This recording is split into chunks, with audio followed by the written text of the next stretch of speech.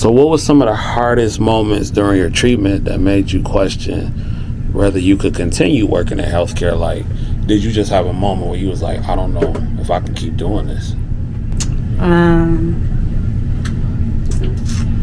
When I first started, you know, your doctor or your oncologist, you go through a whole bunch of teams and stuff like that, and they were telling me like how weak my immune system could get with, you know, chemotherapy. So I was scared of getting COVID, you know, working with certain type of residents. So that kind of like made me think twice on just working, period, because I didn't want to get sick. I didn't want to. Right. All right. So did you ever, because your eventual goal is to become a nurse, correct? Yes. So did this whole thing make you feel like giving up on becoming a nurse? Oh no. And so you never gave up. You just knew it made me want to become a nurse, because when I had my mastectomy and I was going through my chemotherapy for the month, the nurses that I had was like fantastic. Like them was one of the, like them nurses that I had that was taking care of me, like tears I needed to cry, hugs, or just talks or anything, like they was there. Like I didn't have to. They made my treatment easy for me. I could say it like that. So it definitely affected the way that you view like patient care, nursing care. Definitely, yeah. And how they, right? Yeah. Oh, that's good. Some of y'all nurses out there that's doing a good job. Shout out to y'all. No, for real. So how did being a mom affect your battle with breast cancer? And made me cry. How did you explain? Like, did you have to explain your journey to your child?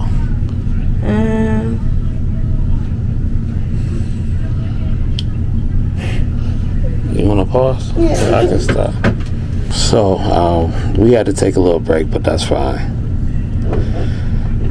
So how did is it okay if I ask it again? How did being a working mom affect your battle with breast cancer, and how did you explain your journey to your child? The first time, like my daughter, she's 6, and she went through the every little step I went through with that. Like when I first lost my hair, I had to take her with me to get my hair cut. Like once she seen that first day I came home and I didn't have no hair on my head, she was scared to touch me, because she was like, you know, who is this? Like, this is not my mama. So I had to explain to her, like, you know, mommy's sick right now, and you know, I'm gonna get better. And she was only 4, and she was understanding that. So it affected me as being a parent, because I couldn't do nothing. Like it was times where I couldn't even get up to fix her nothing to eat. She eating a dry pack of noodles because I'm so weak, and it was just like a lot of time that wasn't spent with my daughter. That affected me, and it affected her too, because I couldn't do nothing with her. Right. So how old was she at the time? She was 4. 4. What? So I know you had to make a lot of sacrifices during your treatment. So did your daughter still go to school?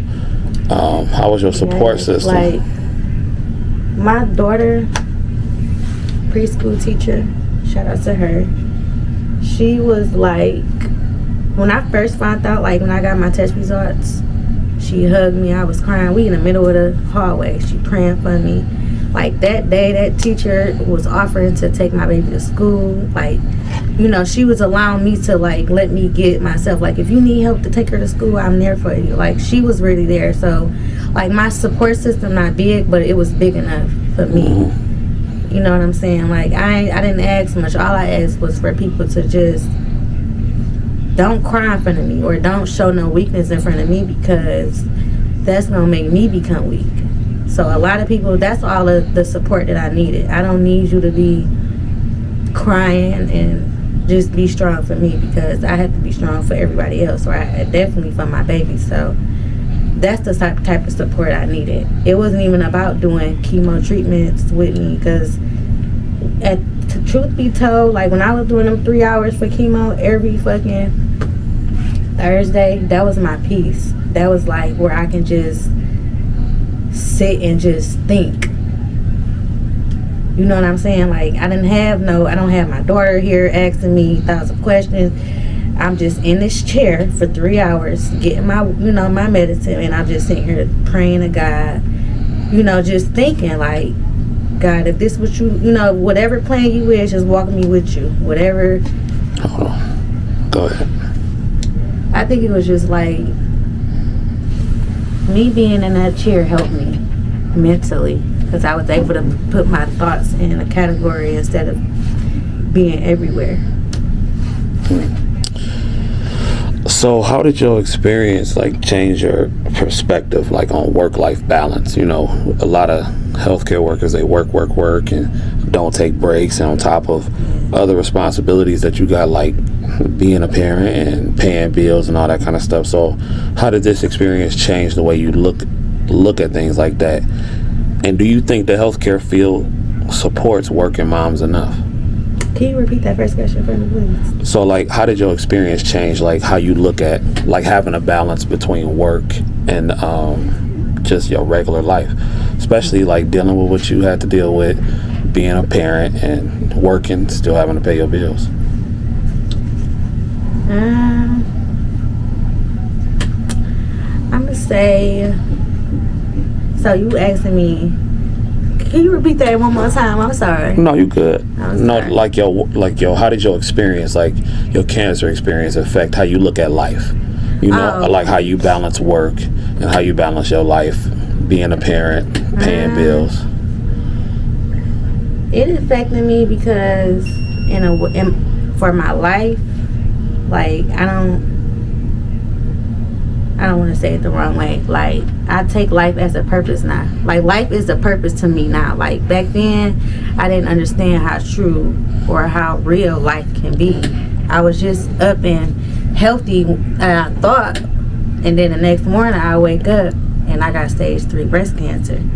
So it made me like realize like life is real, and being in a nursing home with nurses and doctors and all that, it really made me appreciate nurses and stuff like that. I got love for nurses or doctors and stuff because of my own special journey.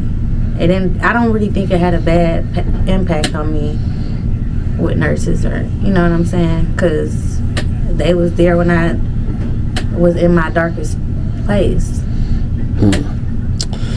Yeah, that's important that you had them people there. But let's talk about something a little bit lighter. So what made you decide to go back to school for your LPN after everything you've been through? I think that's what's like the main cause of me wanting to go, because I never wanted to become a nurse until, I ain't gonna say like that was the main factor, but me surrounding myself with nurses and me going through that. Because when I was coming from my surgery, I was in there for like a week. So you spending time with your nurses, you bonding with them and stuff. And it was one particular nurse that was like, you would be a great nurse. Like this is something that you can do. And so ever since then, it kind of stuck with me. And I think if you can help people, why not?